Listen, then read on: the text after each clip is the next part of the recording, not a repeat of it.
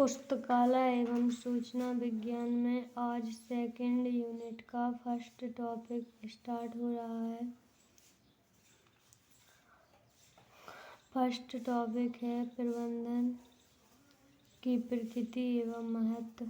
सबसे पहले हम प्रबंधन को जान लेते हैं कि प्रबंधन एक ऐसी प्रक्रिया है जो संगठन के लक्ष्य तथा उद्देश्य की प्राप्ति के लिए कार्य करता है। आधुनिक प्रबंधन का एक विशिष्ट लक्षण है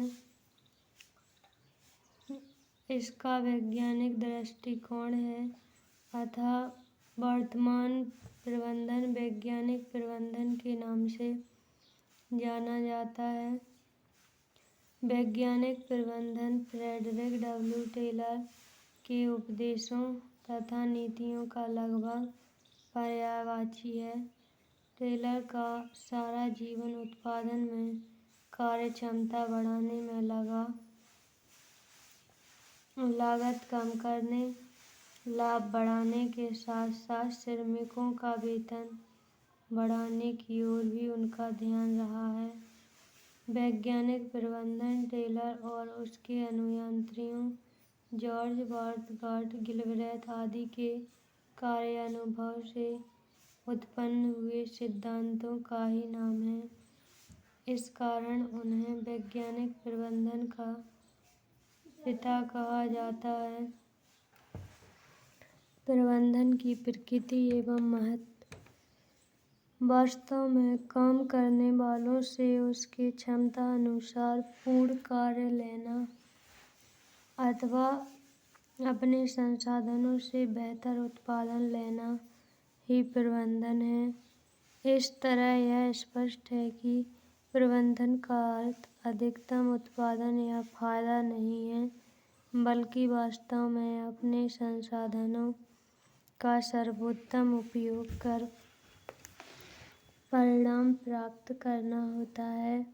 प्रबंधन को परिभाषित करने के लिए विभिन्न विद्वानों द्वारा भिन्न मत प्रकट किए गए। पहले वैज्ञानिक W.F. गेल्विक के अनुसार संस्था के उद्देश्यों की प्राप्ति के मानवीय एवं भौतिक संसाधनों का प्रभावकारी उपयोग ही प्रबंधन है। ये किसने कहा? W.F. गेल्विक ने कहा। हेनरी फ्योल कहते हैं कि प्रबंधन का आशय पूर्वानुमान लगाना, योजना बनाना, संगठित करना, निर्देश देना तथा नियंत्रण करना होता है। मरी पार्कर फेलोट के अनुसार प्रबंधन से कार्य कराने की कला है। इस प्रकार प्रबंधन के विभिन्न परिभाषाओं के गहन अध्ययन करने के पश्चात यह कहा जा सकता है कि प्रबंधन नियोजन, संगठन, निर्देशन तथा नियंत्रण की ऐसी प्रक्रिया है जिसके संस्था द्वारा संस्था के भौतिक संसाधनों एवं मानवीय प्रयासों में इस प्रकार समन्वय स्थापित किया जा सकता है जिससे कि संस्था के लक्ष्यों एवं उद्देश्यों की पूर्ति की जा सके।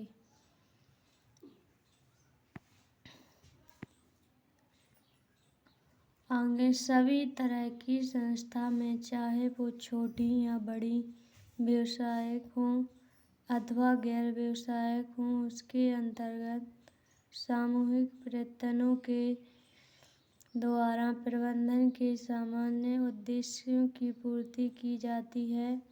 और पुस्तकालय जैसी संस्था भी प्रबंधन का सहारा लेकर अपने उद्देश्यों एवं कार्यों को बेहतर तरीके से प्रतिपादन करती है। प्रत्येक प्रकार के पुस्तकालयों में प्रबंधन का महत्व समान रूप से उपयोगी है। हम लाइब्रेरी में प्रबंधन के महत्व को इस प्रकार देख सकते हैं। पहला है समाज को स्थिरता प्रदान करने एवं विकास में प्रबंधन का अत्यंत महत्व है। प्रबंधन की समस्त क्रियाएं मानवीय विकास से संबंधित होती हैं।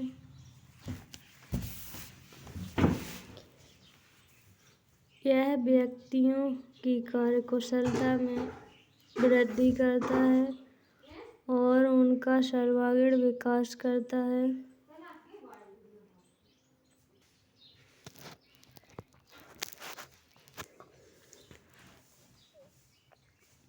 पहला है समाज को स्थिरता प्रदान करने एवं विकास में प्रबंधन का अत्यंत महत्व है। प्रबंधन की समस्त क्रियाएं मानवीय विकास से संबंधित होती हैं। यह व्यक्तियों की कार्यकुशलता में वृद्धि करता है और उनका सर्वांगीण विकास करता है। सामाजिकता एवं सामूहिक कार्य की भावना को बढ़ावा देता है। पुस्तकालय एक सामाजिक संस्था है एवं प्रजातंत्र की देन है और पुस्तकालय के कार्यों में प्रबंधन का समावेश सामाजिकता एवं सामूहिक कार्य की भावना को बढ़ावा देता है।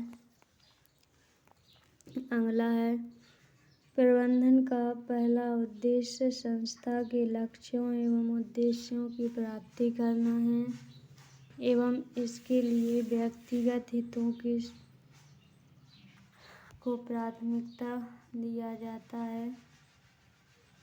व्यक्तिगत हितों के ऊपर संस्था के हितों को प्राथमिकता दिया जाता है।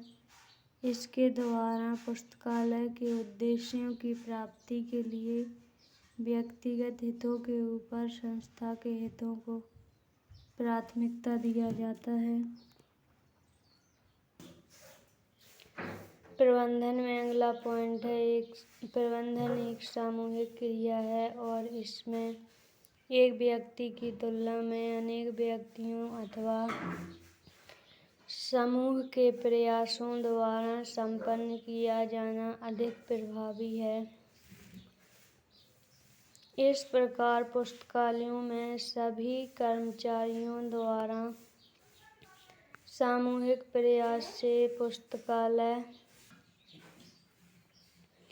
अगला पॉइंट चौथा है प्रबंधन का मुख्य उद्देश्य अपने संसाधनों का सर्वोत्तम उपयोग है। इस तरह यह स्पष्ट है कि प्रबंधन का अर्थ अधिकतम उत्पादन या फायदा नहीं है बल्कि वास्तव में अपने संसाधनों का सर्वोत्तम उपयोग कर अधिकतम परिणाम प्राप्त करना होता है।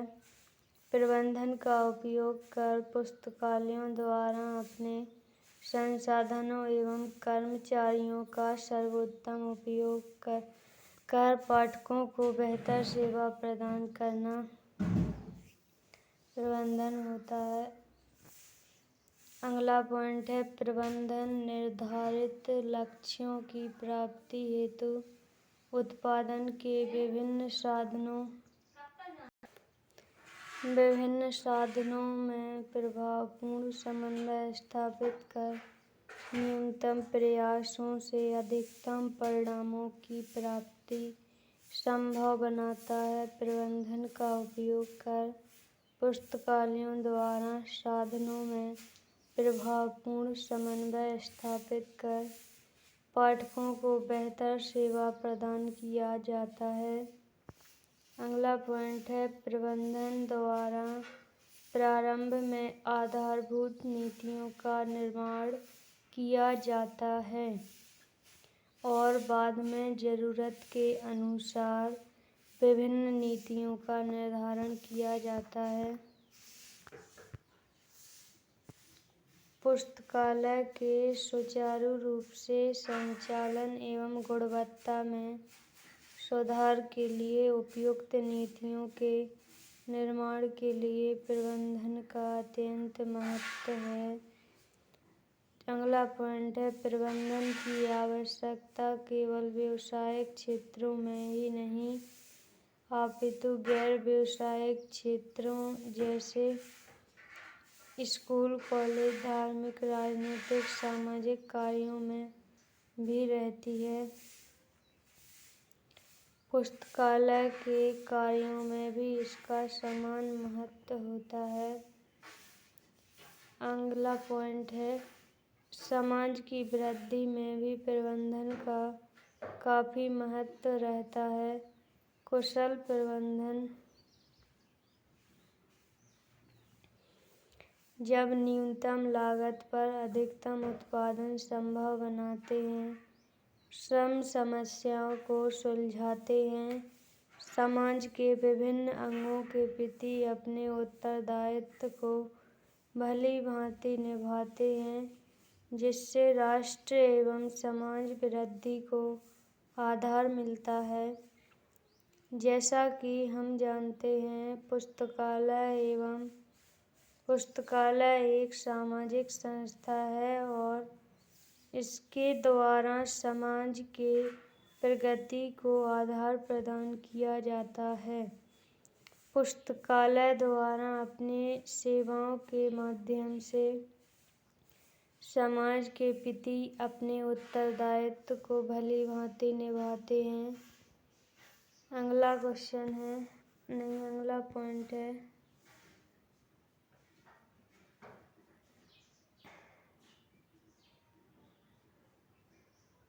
प्रबंधन की प्रकृति को इन रूपों में समझा जा सकता है।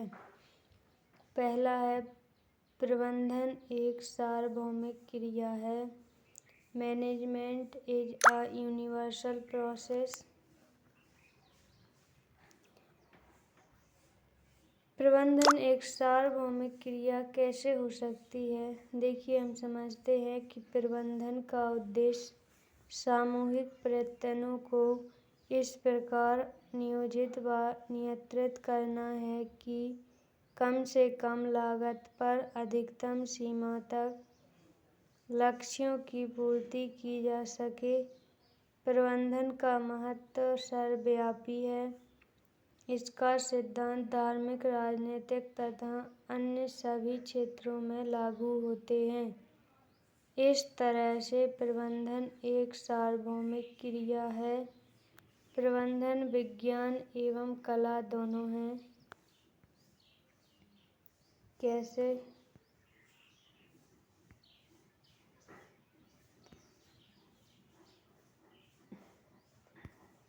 देखिए, हम समझते हैं कि प्रबंधन विज्ञान एवं कला कैसे है। प्रबंधन कला और विज्ञान दोनों है। कला का अर्थ होता है किसी कार्य को करने अथवा किसी उद्देश्य को प्राप्त करने के लिए ज्ञान एवं कुशलता का उपयोग करना। वास्तव में कला सिद्धांत को व्यवहारिक रूप से प्रदान करने की विधि है। व्यवहारिक रूप प्रदान करने की विधि है। प्रबंधन में व्यवसाय के उद्देश्यों को प्राप्त करने के लिए ज्ञान व कुशलता का उपयोग निहित होता है। इस प्रकार प्रबंधन कला है। जो किन्हीं सिद्धांतों पर आधारित हो वो विज्ञान कहलाता है। जो किन्हीं सिद्धांतों मतलब थ्योरी पर आधारित हो वह विज्ञान कहलाता है। प्रबंधन भी निश्चित सिद्धांतों पर आधारित सुव्यवस्थित ज्ञान का भंडार है। इस तरह से प्रबंधन विज्ञान की कोटि में रखने के लिए पर्याप्त है। इस तरह से प्रबंधन विज्ञान और कला दोनों हैं। प्रबंधन एक सामाजिक उत्तरदायित्व है। Management is a social responsibility. आज व्यवसाय को मनुष्य की खुशी एवं समाज और राष्ट्र की प्रगति के लक्ष्य प्राप्त करने का साधन माना जाता है। यह उत्तरदायित्व पेशेवर प्रबंधकों पर डाला गया है कि यही कारण है कि प्रबंधन केवल एक आर्थिक संसाधन ही नहीं अपितु एक सामाजिक उत्तरदायित्व है। प्रबंधन एक जन्मजात प्रतिभा है। कैसे?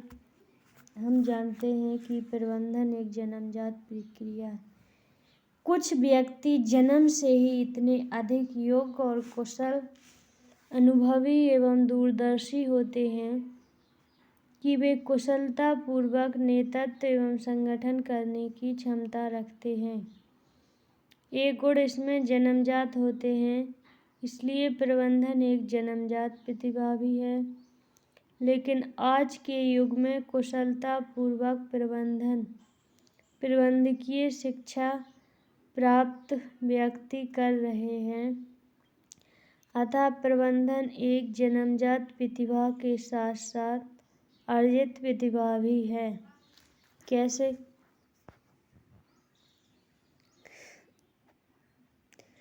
अगला पॉइंट है, प्रबंधन एक सामूहिक क्रिया है। Management is a group activity.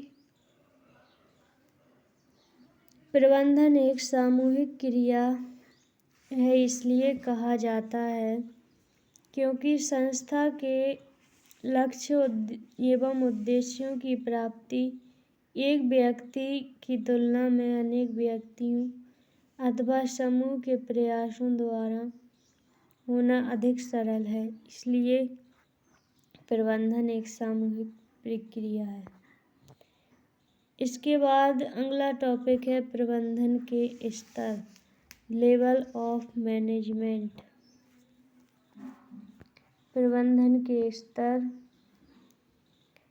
प्रबंधन के स्तर से तात्पर्य किसी संस्था के प्रबंधन पदों में आदेश निर्देश की व्यवस्था है। प्रबंधन के स्तर यह स्पष्ट करता है कि किसी अधिकारी की क्या स्थिति है, कौन किसको आदेश देगा, कौन किससे आदेश प्राप्त करेगा। मूल रूप से प्रबंधन के निम्नलिखित 3 स्तर हैं। उच्च स्तरीय प्रबंधन, टॉप लेवल मैनेजमेंट। उच्च स्तरीय प्रबंधन किसी भी संस्था का सर्वोच्च प्रबंधन होता है।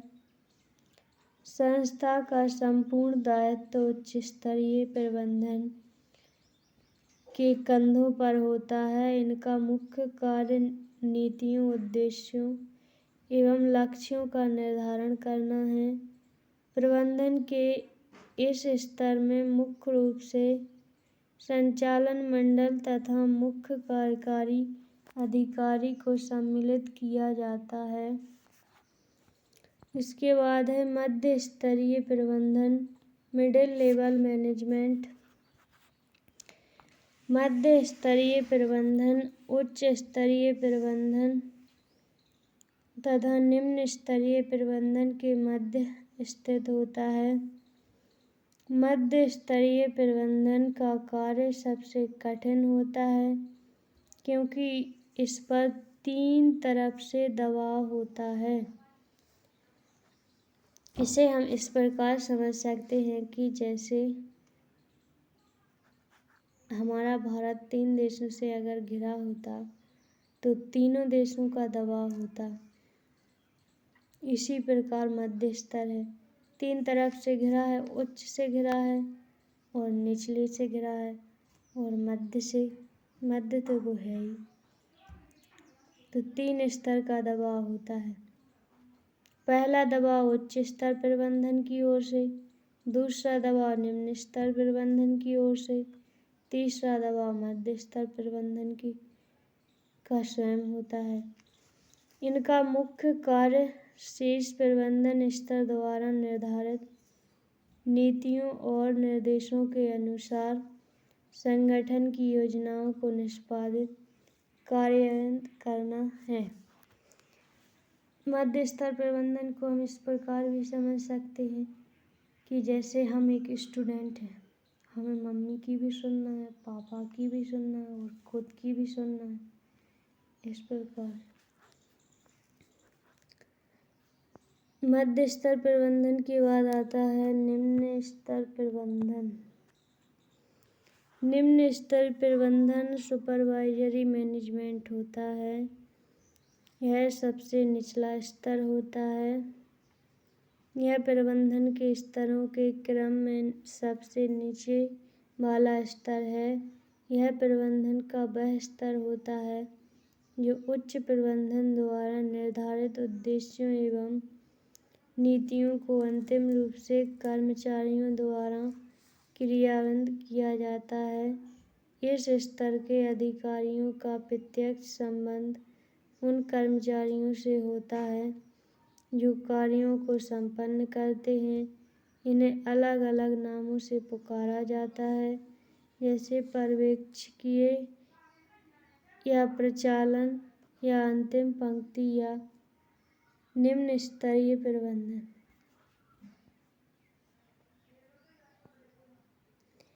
इसके बाद अगला टॉपिक आता है प्रबंधन बनाम प्रशासन, मैनेजमेंट vs एडमिनिस्ट्रेशन। प्रबंधन और प्रशासन एक ही लग सकता है, लेकिन दोनों के बीच कुछ मौलिक अंतर हैं। प्रशासन का कार्य संगठन के उद्देश्यों और महत्वपूर्ण नीतियों की स्थापना के साथ करना है। प्रबंधन एक सामूहिक क्रिया है और इसमें एक व्यक्ति की तुलना में अनेक व्यक्तियों अथवा समूह के प्रयासों द्वारा संपन्न किया जाना अधिक प्रभावी है। इसके बाद दूसरा पॉइंट है शासन एक निर्धारक कार्य है, जबकि प्रबंधन एक कार्यकारी कार्य है। इस प्रकार है प्रशासन पूरी तरह से संस्था के महत्वपूर्ण फैसले करता है, जबकि प्रबंधन ने ढांचे के दायरे में निर्णयों को बनाया है जिसे प्रशासन द्वारा स्थापित किया गया है। प्रशासन शीर्ष स्तर है, जबकि प्रबंधन एक मध्य स्तर की गतिविधि है। प्रबंधन में प्रबंधकीय व्यक्तियों का एक समूह होता है जो किसी संगठन के उद्देश्यों को पूरा करने के लिए अपने विशेषज्ञ कौशल का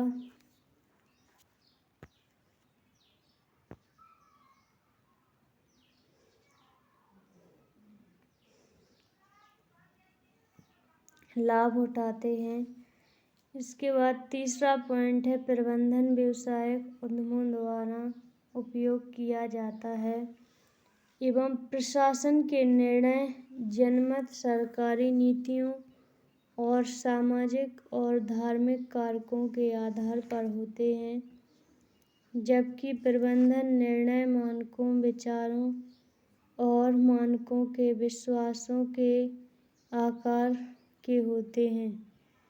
इसके बाद प्रशासन में कार्यों की योजना और आयोजन प्रमुख कारक हैं, जबकि जहाँ तक प्रबंधन का संबंध है, इसमें कार्य को प्रेरित और नियंत्रित करना शामिल है। जब किसी व्यवस्थापक द्वारा आवश्यक क्षमताओं के प्रकार की बात आती है, तो तकनीकी गुणों के बजाय प्रशासनिक गुणों की आवश्यकता होती है।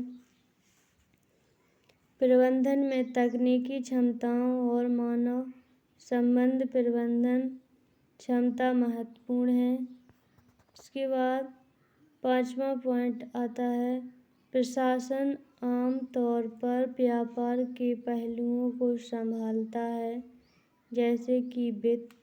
यह लोगों और संसाधनों को कुशलतापूर्वक व्यवस्थित करने की एक प्रणाली के रूप में परिभाषित किया जा सकता है, ताकि उन्हें सफलतापूर्वक पीछा और सामान्य लक्ष्यों और उद्देश्यों को प्राप्त कर सकें। इसके बाद आता है प्रबंधन वास्तव में प्रशासन का एक सबसेट है जिसका संगठन के संचालन के तकनीकी और सांसारिक पहलुओं के साथ क्या करना है। प्रबंधन कर्मचारियों के साथ काम करता है। प्रशासन प्रबंधन से ऊपर है और एक संगठन के वित्त और लाइसेंसिंग पर नियंत्रण करता है। अगला पॉइंट है प्रबंधन प्रशासन द्वारा तय की गई नीतियों और योजनाओं में अभ्यास करने के कार्य है।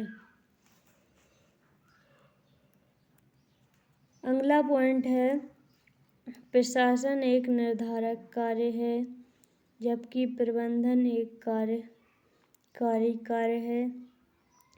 प्रशासन एक संपूर्ण उद्यम की महत्वपूर्ण निर्णयों को बनाता है जबकि प्रबंधन ने ढांचे के दायरे में फैसले बनाए हैं।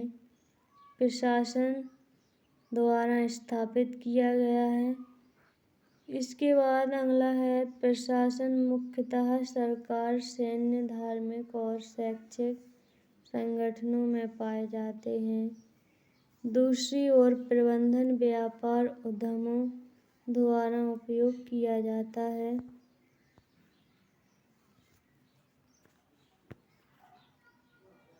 यह सरस्वती महल लाइब्रेरी है जो कि तंजावुर तमिलनाडु में है।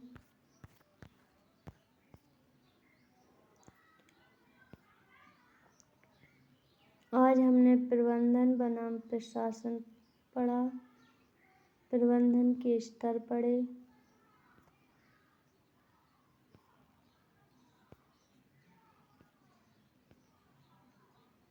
प्रबंधन के उद्देश्य एवं महत्व।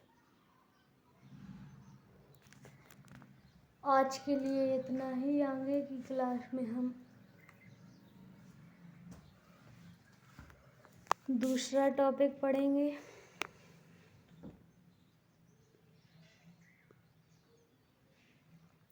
वीडियो पसंद आया हो तो वीडियो को लाइक, शेयर और कमेंट कीजिए। इसी प्रकार चैनल को सब्सक्राइब कीजिए ताकि मेरे आने वाले वीडियो आप तक पहुंच सकें।